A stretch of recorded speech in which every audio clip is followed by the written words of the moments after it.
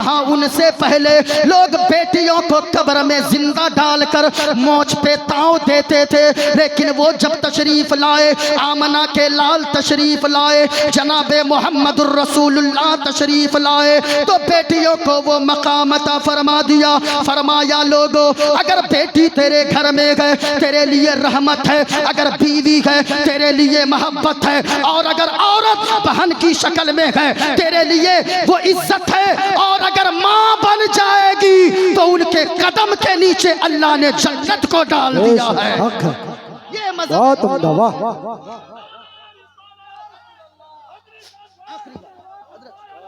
11:30 बजे खत्म। हाँ इंशाअल्लाह। जरा मुस्कुरा कर बोले सुभान अल्लाह। अरे भाई ऐसे बोलेंगे तो फिर खत्म कर दें। जरा हाथों को उठाकर बोले लब्बैक या रसूल अल्लाह, लब्बैक या रसूल अल्लाह। आप नहीं बोल रहे। अभी कुछ दिन पहले एक नारा चला था, आई लव।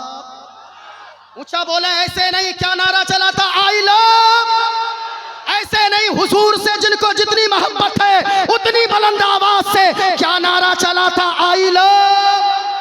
बच्चा भी कह रहा था आई लव, बूढ़ा भी कह रहा था आई लव, जवान भी कह रहे थे आई लव मोहम्मद। लेकिन सुने प्यारे, आई लव मोहम्मद, मैं एक बात कहूं जिम्मेदारी से, आई लव मोहम्मद कागज पे लिखने से ज्यादा बेहतर तब होगा अपने दिल की तख्ती पर आई लव मोहम्मद लिखिए, अपने किरदार में आई लव मोहम्मद लिखिए, अपने अखलाक में आई लव मोहम्मद लिखिए। क्योंकि लोगों, मैं आपको बताऊं, अगर आई लव मोहम्मद को आपने किसी कागज पे लिखा, हो सकता है दुनिया का कोई शातिर इंसान उस कागज को फाड़ सकता है। अगर बैनर पे आई लव मोहम्मद लिखा, बैनर को कोई फाड़ सकता है। अगर आपने इश्तिहार पे आई लव मोहम्मद लिखा, उस इश्तिहार को कोई फाड़ सकता है। लेकिन अगर दिल की तख्ती पे आई लव मोहम्मद लिखना शुरू कर दिया तो मरते दम तक यही कहेंगे, या रसूल अल्लाह, ज़मीनो ज़मा तुम्हारे लिए, मकीनो मका तुम्हारे लिए, बने दो जहां तुम्हारे लिए, दहन में ज़बा तुम्हारे लिए, बदन में है जान तुम्हारे लिए। और पूरा मजमा बोलना, या रसूल अल्लाह, हम आए यहाँ, पूरा मजमा हम आए यहाँ, उठे भी वहां, उठे भी वहां।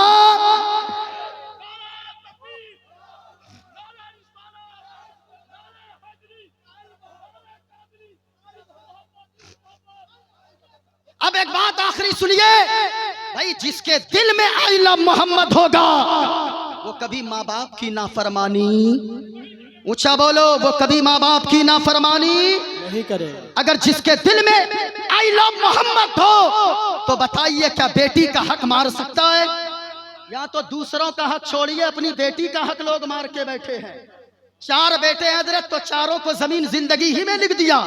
एक बेटी अगर 1 डिसमिल जमीन मांग लेना तो बाप का कलेजा फटने लगता है। याद रखिएगा, ये भी हुकूकुल इबाद है।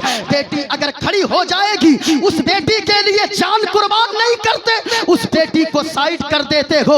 जिस बेटी के बारे में हुजूर ने फरमाया, दुनिया वाले बेटियों से को जिंदा कब्र में डालते गए, लेकिन मेरी बेटी फातिमा मेरे जिगर का टुकड़ा है, टुकड़ा है। उस बेटी के से आप बुग़्ज़ रखते हो, उस बेटी का हक मार के बेटों को देते हो।